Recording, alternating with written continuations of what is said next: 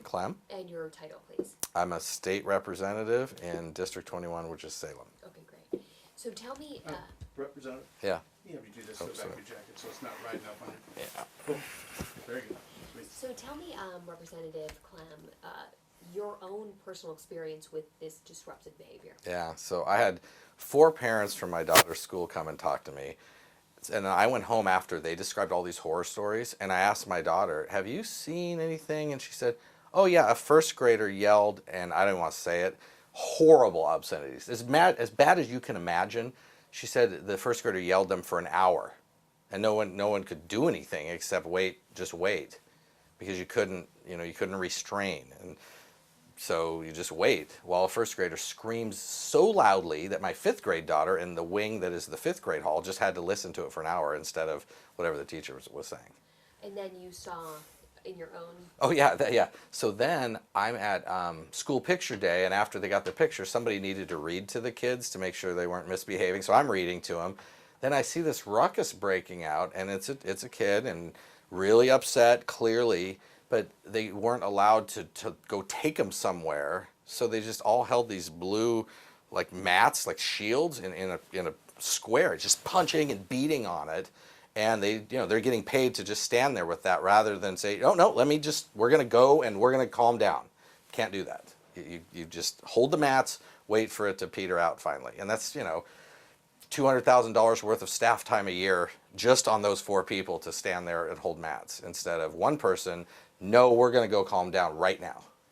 Does this make sense? No, it's absolutely not. And when we voted on it, this is not what we thought. I mean, the point was, yes, let's be careful. Let's not grab a child who's autistic and hasn't been trained, that we need to check ourselves out and then try and gently assist them calmly. But the first 2 times you tell an autistic child, it doesn't go that well. And one of my best friend's son is autistic. He said, yeah, the first 2 times it was a little rough.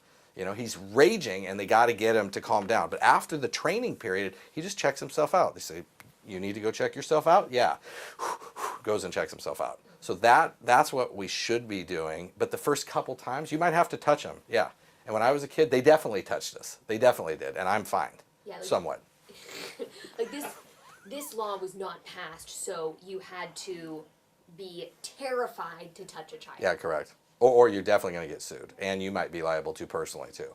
Like, that's the thing that people are afraid of. The school districts are definitely told you are at serious legal risk if you do that, and we have to fix that. I'm on a group that went around the state listening to the biggest problems in schools. What is it? Class sizes, school days. I'd say half of them said this. It's not even about the class sizes and the money. It's you can't even function when this is going on. And at first I was like, God, why are you doing that? And they're like, well, you passed it. What are you talking about? Why are we doing it? You passed this thing. And we're like, I don't remember voting for that. And they said, well, the way it got interpreted was, yeah, you really can't touch them at all. And so then they're telling me about room clearings. Like, everyone else leaves. I'm like, all you're doing is giving that one student a lot of attention. They probably like that if they're clear-headed. I mean, I was not the best kid. I probably would have wanted to get some attention. Everyone will pay attention to me for an hour. Great, I'll do it again tomorrow. We can't reward that kind of behavior either.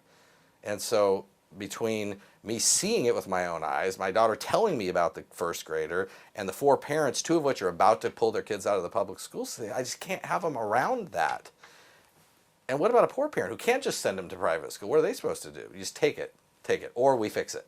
So I have a bill. I have dozens of co-sponsors. It's bipartisan. For sure, everybody gets that this is a problem that I've talked to. Now, there might be some people here who's like, well, you got to think about this or that, but I don't think there's going to be any problem fixing it. And what will it do?